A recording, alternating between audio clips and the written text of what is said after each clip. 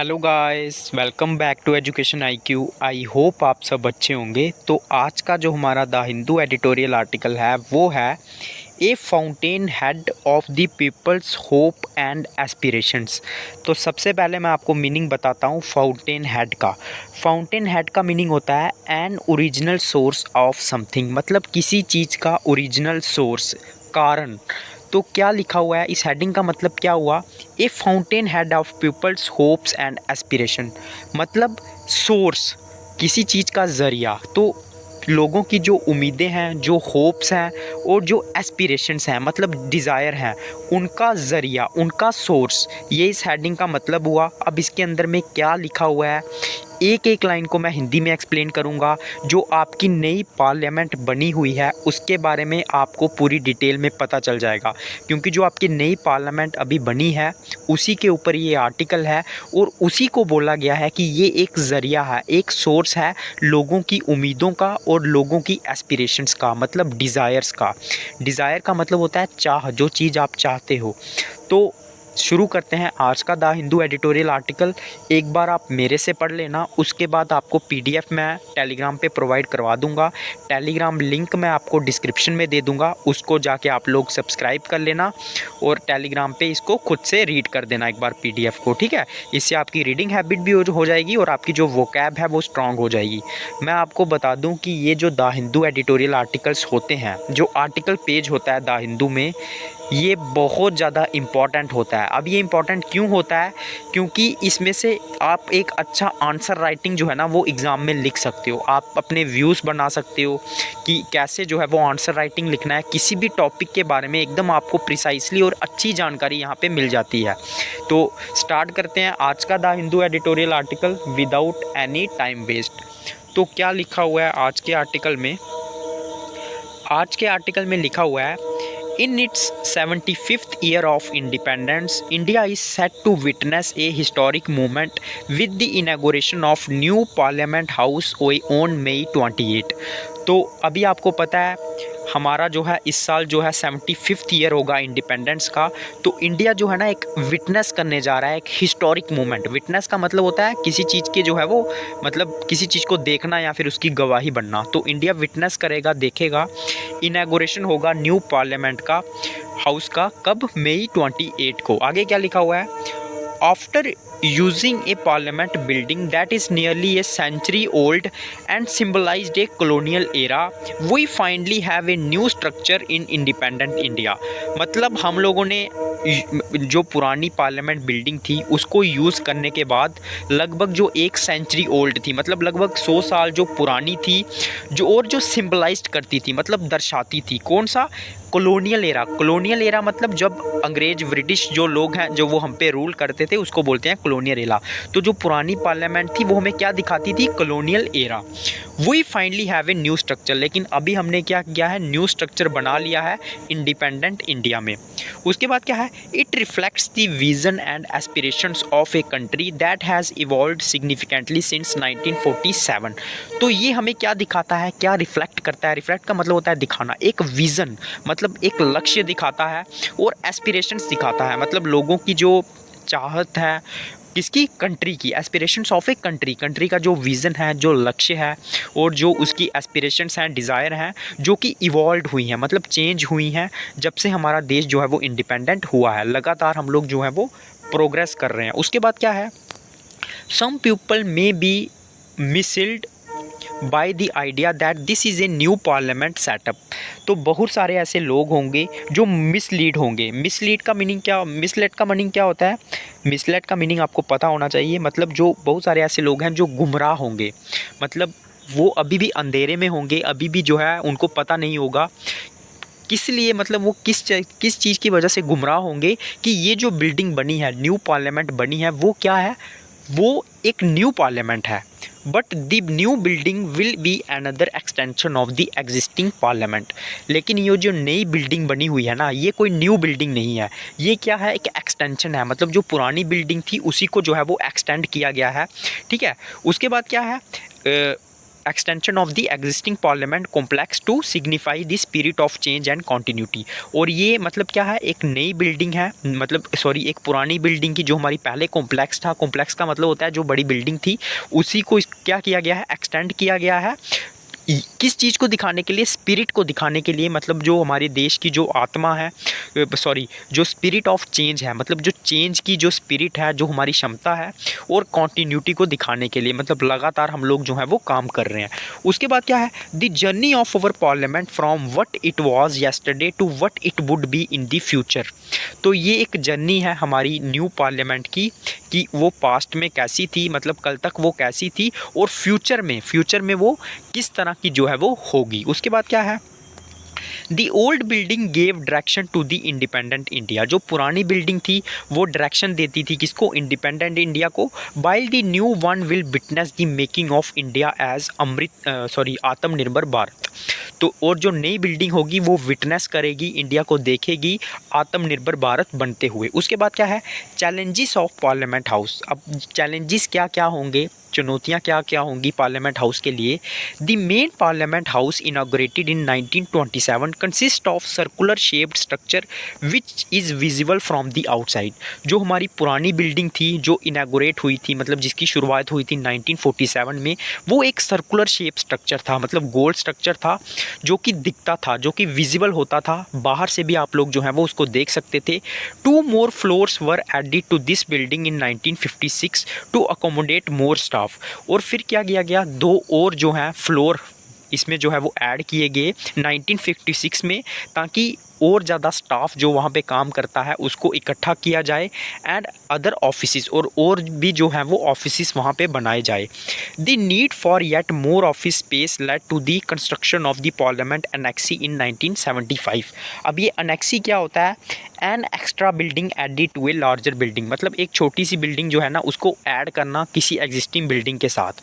तो क्या किया गया, और ऑफिसों को बनाने के लिए the need for yet more office, मतलब जो ज़रूरत थी और ऑफिस बनाने की, उससे क्या हुआ, हमने कंस्ट्रक्शन की पार्लियामेंट अनेक्सी की, मतलब जो बड़ी बिल्डिंग थी, जो पुरानी बिल्डिंग थी, उसके साथ और बिल्डिंग ऐड की 1975 में।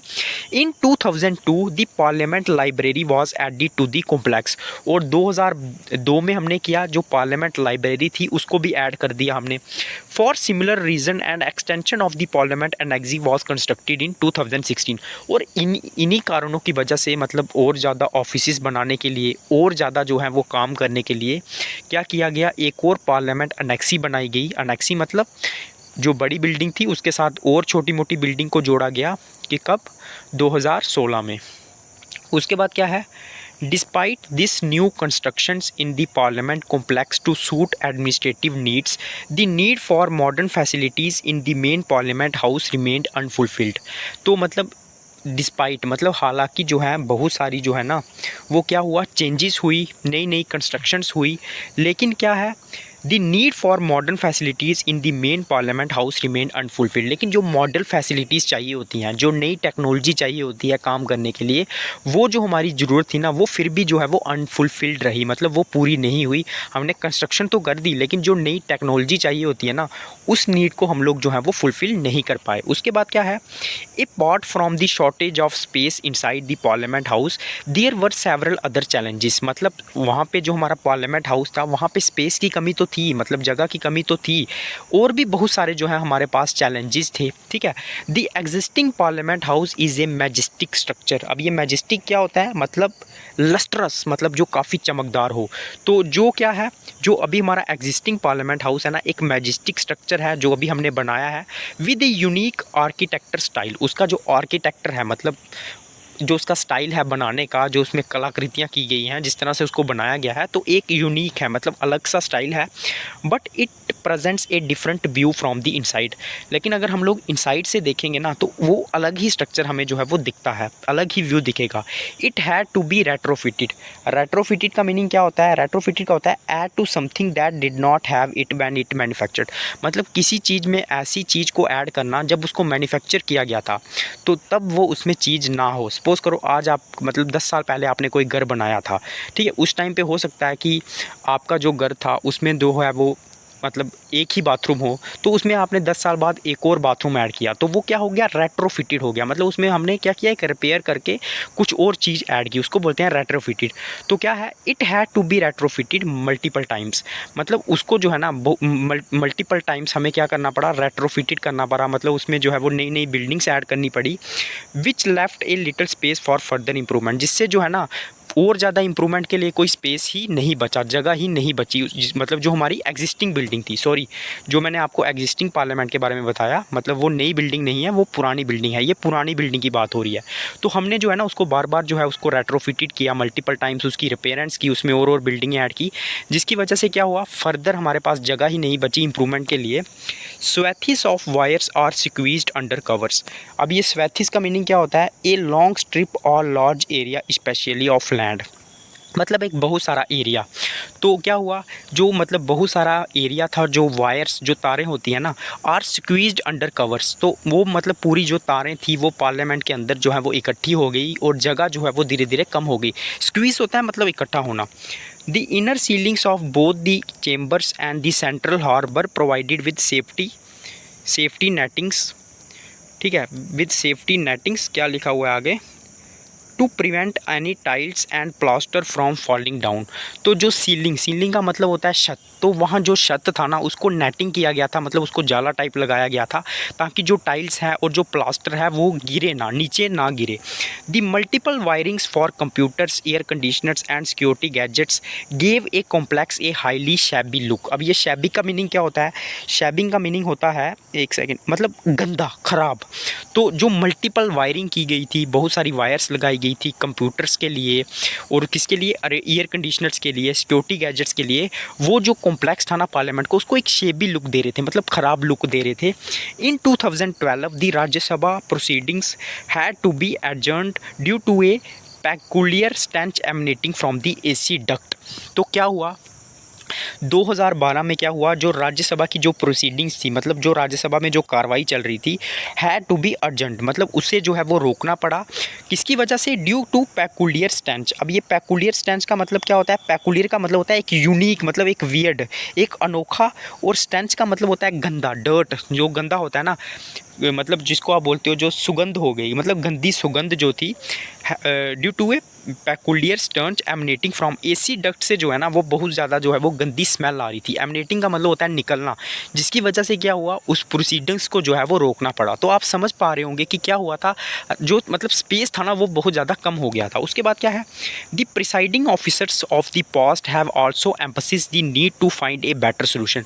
जो प्रिसाइडिंग ऑफिसर रहते हैं, मतलब जो अध्यक्षता करते हैं, उन्होंने पास्ट में भी ये बोला हुआ है, इस चीज़ पे जोर दिया हुआ है, एम्फसाइज किया हुआ है, the need to find a better solution, कि हमें एक जो है एक अच्छा सोल्यूशन ढूंढने की ज़रूरत है। In 2012 the speaker Meira Kumar stated that the parliament building was weeping and approved a high powered committee to look for an alternative complex. 2012 में जो हमारी स्पीकर थी मीरा कुमार, उन्होंने बोला था कि जो पार्लियामेंट बिल्डिंग है ना वो क्या हो रहा है, रो रही है। वीपिंग का मतलब होता है रोना, मतलब ख़राब हो गई है। And approved a high powered committee, और उन्होंने अप्रूवल दिया था, एक हाई पावर्ड कमेटी को मान्यता दी थी कि वो क्या करे, एक अल्टरनेटिव कॉम्प्लेक्स को ढूंढे, मतलब एक दूसरी बिल्डिंग को ढूंढे। अल्टरनेटिव का मतलब होता है किसी का जो है वो मतलब दूसरा ऑप्शन ढूंढना, तो एक अल्टरनेटिव कॉम्प्लेक्स को ढूंढे।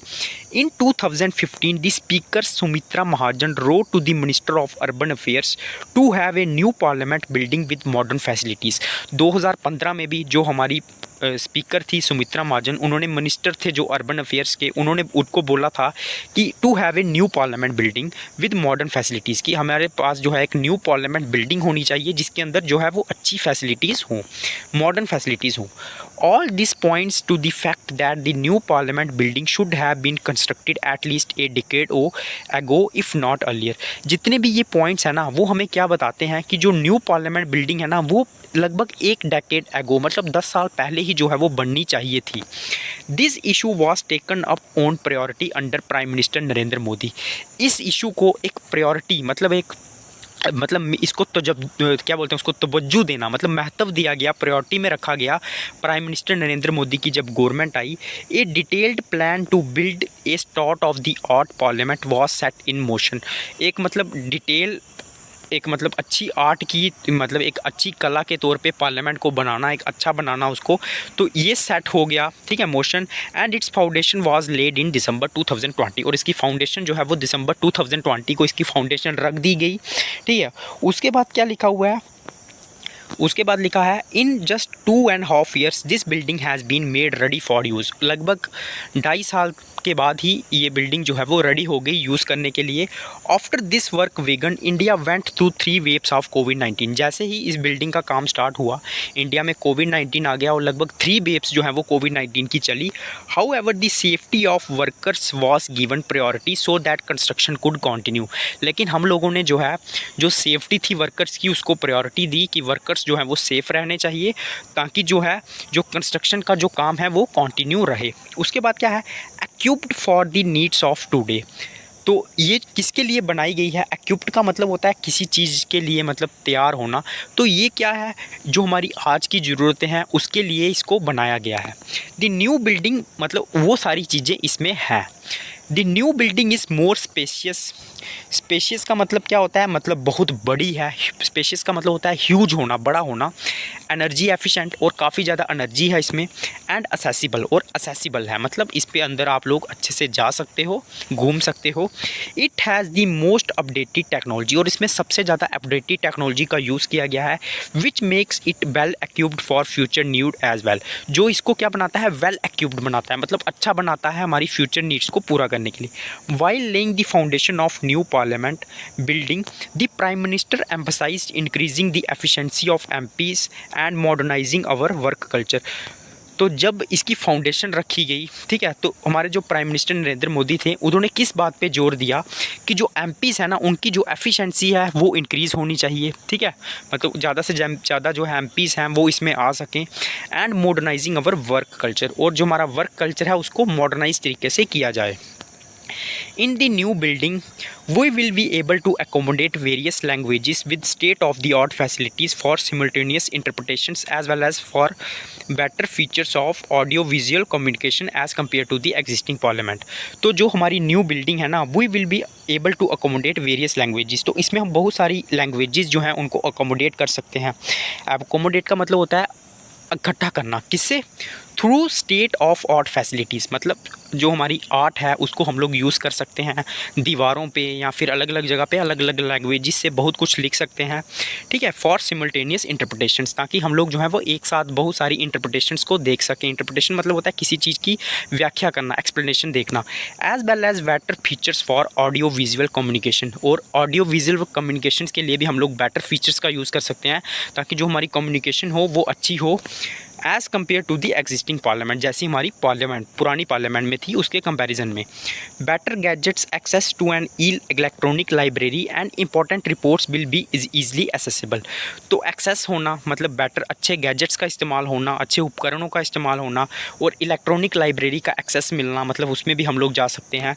And important reports will be accessible for members, और जो इंपॉर्टेंट रिपोर्ट्स होंगी उसको भी जो है वो मेम्बर्स एक्सेस कर सकते हैं फॉर देयर सीट्स, उनकी फ्रॉम देयर सीट्स, उनकी सीट से, ठीक है, जो मतलब जहाँ पे भी उनकी सीट होगी तो वहाँ से वो इलेक्ट्रॉनिक तरीके से सारी चीज़ों को देख सकते हैं। This will be enhance the capacity of legislator. इससे क्या होगा, इन्हेंस का मतलब होता है बढ़ाना।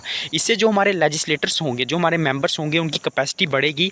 एंड इम्प्रूव, और क्या होगा, and improve the efficiency of secretariats of parliament, और जो पार्लियामेंट के सेक्रेटरी रहते हैं उनकी भी जो एफिशिएंसी है, क्षमता है, वो बढ़ेगी। The building has publicly accessible museums grade galleries. इसमें जो है वो म्यूज़ियम ग्रेड गैलरीज़ हैं, मतलब बड़े बड़े म्यूज़ियम हैं जहाँ पे सामान रखा जाता है बड़े बड़े। एंड एक constitution hall that showcases India's age old history of democracy, और एक बहुत बड़ा कॉन्स्टिट्यूशन हॉल है जो हमारी हिस्ट्री को दिखाता है डेमोक्रेसी की। India is not the first country to have a constructed a new parliament building due to paucity of space and to meet the changing needs. तो इंडिया ऐसी पहली कंट्री नहीं है जिसने नई पार्लियामेंट को बनाया होगा, मतलब नई पार्लियामेंट को बनाया है ड्यू टू पॉसिटी। पॉसिटी मतलब होता है कमी होना, किसकी, स्पेस की, जगह की। And to meet the changing needs, और जो हमारी चेंजिंग नीड्स हैं, ज़रूरतें हैं, उनको पूरा करने के लिए। तो इंडिया ऐसी पहली कंट्री नहीं है। ए new parliament house was constructed in 1998 in Australia. 1988 में इसको ऑस्ट्रेलिया में बना था ये, in front of the old one. The iconic United states capital which was constructed in 1793। United states की जो कैपिटल थी वो कंस्ट्रक्ट हुई थी, मतलब कैपिटल मतलब उनकी जो पार्लियामेंट थी 1793 में, हैज़ बीन सेवरल अपग्रेड्स। ठीक है। The Parliament building of Israel built in 1966 was upgraded with new wings in 1981 and again in 1990। तो यही बताया गया है, मतलब बहुत सारी ऐसी कंट्रीज़ पहले भी रह चुकी हैं जिन्होंने नई पार्लियामेंट को कंस्ट्रक्ट किया है। The Canadian senate building was close recently for major renovation. जो कनाडा की जो पार्लियामेंट थी उसको भी जो है वो क्लोज़ किया गया ताकि उसकी जो है वो रेनोवेशन हो सके, मतलब उसकी मरम्मत हो सके। And the sitting were conducted in A maxi shift arrangement. और जो सीटिंग थी उसको शिफ्ट में करवाया गया ताकि उसकी जो है वो रेनोवेशन जो है वो हो सके। उसके बाद क्या है, the inauguration of a new parliament building presents an opportunity for us to seriously introspect on our parliamentary conduct to make parliament more efficient and productive. तो क्या हुआ है, जो हमारी इनॉग्रेशन हुई है न्यू पार्लियामेंट की, ठीक है, बिल्डिंग की, वो हमारे लिए एक अपॉर्चुनिटी प्रेजेंट करता है, मतलब हमें एक अपॉर्चुनिटी देता है कि हम लोग इंट्रोस्पेक्ट कर सकें। मतलब सीरियसली इंट्रोस्पेक्ट का मतलब होता है अपने अंदर में झांकना। ठीक है। ऑन अवर पार्लियामेंट्री कंडक्ट, मतलब जिस तरह का से हमने पार्लियामेंट पे ऊपर काम किया है उसको हम लोग उसका निरीक्षण कर सकते हैं कि कैसा हमने काम किया है।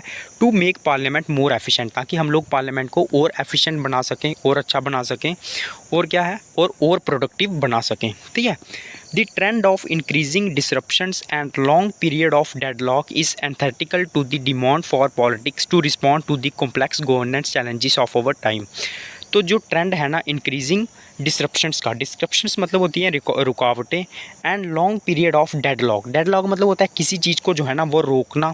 इज़ एनाथेटिकल, इनथेटिकल का मतलब क्या होता है, मतलब किसी चीज़ के विरुद्ध होना। तो ये क्या है, एक अपोजिट है किसके, to the demand for politics to respond to the complex governance challenges of our time. मतलब जो बड़े बड़े चैलेंजेस हैं हमारे गवर्नेंस के, और जो क्या होता है, जो डिमांड होती है कि इन चैलेंजेस को जो है ना वो पूरा किया जाए, ठीक है, रिस्पॉन्स किया जाए। तो ये बिल्कुल उसके अपोजिट है। ठीक है। किसके, जो इंक्रीजिंग ट्रेंड है रुकावटों का, और जो लॉन्ग पीरियड ऑफ डेडलॉक है, मतलब किसी चीज़ को रोकना। एक तो आप किसी चीज़ को रोक रहे हो, मतलब न्यू बिल्डिंग नहीं बननी चाहिए, और ऊपर से आप लोग ये भी बोल रहे हो कि जो नए नए चैलेंजेस हैं उनको पूरा किया जाए। तो ये दोनों बातें जो है वो अपोजिट हो गई। ठीक है। One hopes that adequate functional space and modern facilities for the members will contribute to reducing friction and enabling serious discussions। तो मतलब हम यही उम्मीद लगा सकते हैं कि जो adequate functional space है, adequate मतलब होता है जो, मतलब adequate होता है मतलब किसी चीज़ को पूरा करना। तो अभी जो पूरा फंक्शनल स्पेस दिया गया है न्यू पार्लियामेंट में, और मॉडर्न फैसिलिटीज़ प्रोवाइड की गई हैं मेंबर्स के लिए, ये कंट्रीब्यूट करेंगी टू रिड्यूस फ्रिक्शन। इससे जो टकराव होता है ना, मतलब जो दरारें होती हैं दो मेंबर्स के बीच में या दो पार्टीज़ के बीच में, वो कम होंगी, और क्या होगा, सीरियस डिस्कशंस जो हैं वो स्टार्ट होंगी पार्लियामेंट में।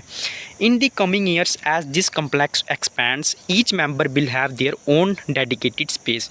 तो कमिंग ईयर्स में जैसे ही ये जो कॉम्प्लेक्स पार्लियामेंट है वो एक्सपैंड होगी, तो ईच मेंबर जितने भी होंगे उनके पास अपना डेडिकेटेड स्पेस होगा, मतलब अपनी जगह होगी। डेडिकेटेड मतलब अच्छी डेडिकेशन के साथ, आपको पता होगा, फॉर इंटरेक्टिंग विद पीपल, ताकि वो लोगों के साथ इंटरेक्ट कर सकें, फ्रॉम देयर कॉन्सिक्वेंसीज, मतलब उनकी कॉन्सिक्वेंसीज से अपने लोगों के साथ वो इंटरेक्ट कर सके। उसके बाद क्या है, a modern legislature is required to, उसके बाद है, उसके बाद लिखा हुआ है, a modern legislature is required to work in tune with the challenges of time. तो हमें एक मॉडर्न लेजिस्लेचर की ज़रूरत है ताकि हम लोग जो है वो नए जो चैलेंजेस आने वाले हैं उनको पूरा कर सकें। The country has already paid huge cost. तो जो हमारी कंट्री है ना उसने ऑलरेडी कीमत चुकाई है सोशल और इकोनॉमिक तरीके से, due to absence of laws when needed the most, क्योंकि हमारे पास कानून नहीं थे जब हमें उसकी सबसे ज़्यादा ज़रूरत थी। उसके बाद क्या है, the world is changing fast and is on verge of A tectonic shift. तो जो हमारा वर्ल्ड है ना वो भी बहुत तेज़ी से चेंज हो रहा है, और अब वर्ज का मतलब होता है किसी की कगार पे होना, तो वो अभी एक शिफ्ट की कगार पे है, मतलब चेंज की कगार पे है due to emergence of machine learning, क्योंकि मशीन लर्निंग जो है वो बढ़ रही है और आर्टिफिशियल इंटेलिजेंस जो है वो तेज़ी से बढ़ रही है। The new parliament building should remain us to prepare and equip our self to face up the new challenges.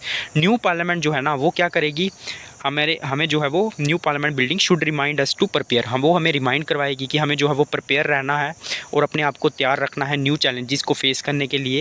As the fountain head of people's hopes and aspirations, मतलब ये एक उम्मीद है किसके, लोगों की होप्स की, उम्मीदों की और एस्पिरेशंस की, मतलब डिज़ायर की, particularly those of the younger generation. Particularly अगर हम लोग बात करें तो जो हमारी यंगर जनरेशन है उनकी, it would work as a lighthouse to guide us in our ambitions. तो ये एक हमारी ना मोमबत्ती की तरह होगी, मतलब एक रोशनी वाले घर की तरह होगी जो हमें गाइड करेगी हमारे जो एम्बिशंस हैं, टारगेट है, एम्बिशन जर्नी है कि कौन सी एक भारत श्रेष्ठ भारत को बिल्ड करने में। तो ये था आज का आर्टिकल, एक एक लाइन को मैंने हिंदी में एक्सप्लेन कर लिया है। तो पीडीएफ आपका इसको टेलीग्राम पे मिल जाएगा, उसको आप लोग सब्सक्राइब कर लेना, तो वहाँ पे आपको पीडीएफ मिल जाएगा। एक दो बार खुद से रीड कर देना, चैनल को सब्सक्राइब कर लेना, बेल आइकन को दबा देना, ताकि जब भी मेरा नेक्स्ट वीडियो आएगा आपको नोटिफिकेशन के थ्रू पता चल जाएगा। तो लाइक करें, सब्सक्राइब करें और कमेंट पक्का कर दें कि वीडियो कैसा लगा। जय हिंद।